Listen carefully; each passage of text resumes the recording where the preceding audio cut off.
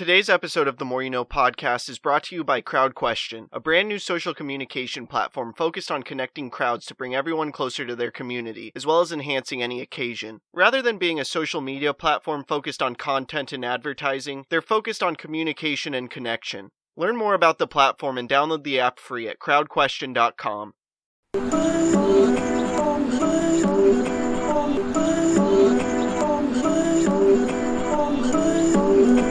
I'm just trying to make it all make sense. Today's More You No podcast.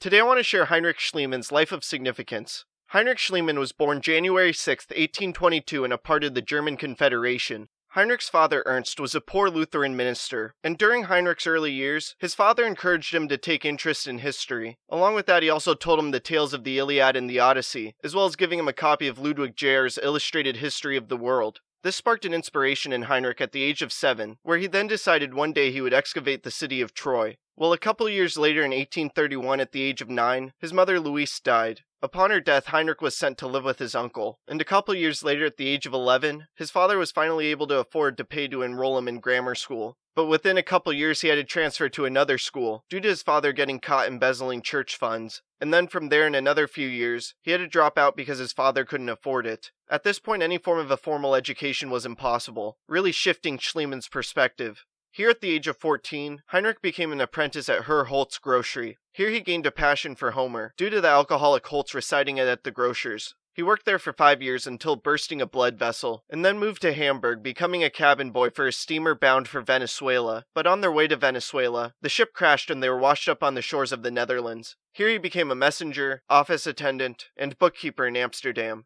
Within a few years, he took a job in the import-export business, then being sent to St. Petersburg. During this time, he represented numerous companies. He also learned Russian and Greek.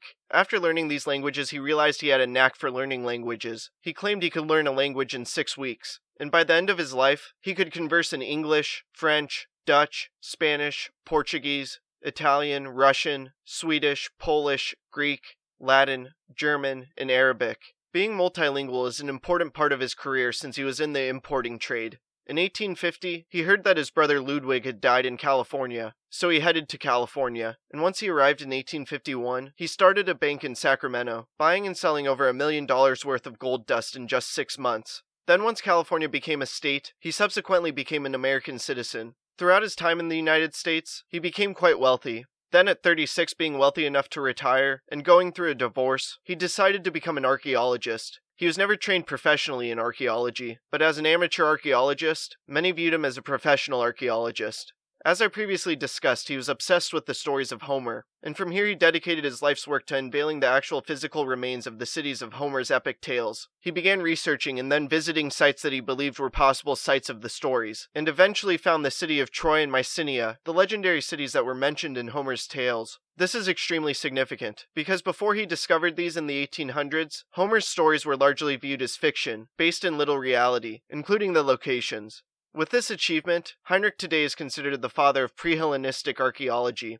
The story of Heinrich Schliemann is quite inspiring. He was a boy from humble beginnings, who manifested his childhood inspirations and interests. Many people dream as children, and then lose interest in those dreams, but Heinrich always kept his dreams close to his heart, and didn't forget what he dedicated himself to at 7. By sticking to it, he made one of the most important archaeological discoveries, as well as enlightening millions to a new perspective. No matter who you are or what you dream of accomplishing, with time, belief, effort, and resources, you can very well culminate significance in a similar way.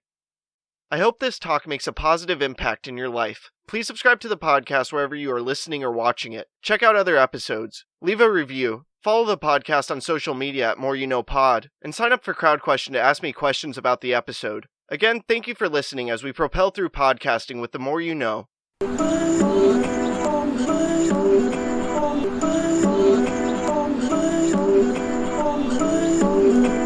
I'm just trying to make it all make sense. Today's More You No podcast.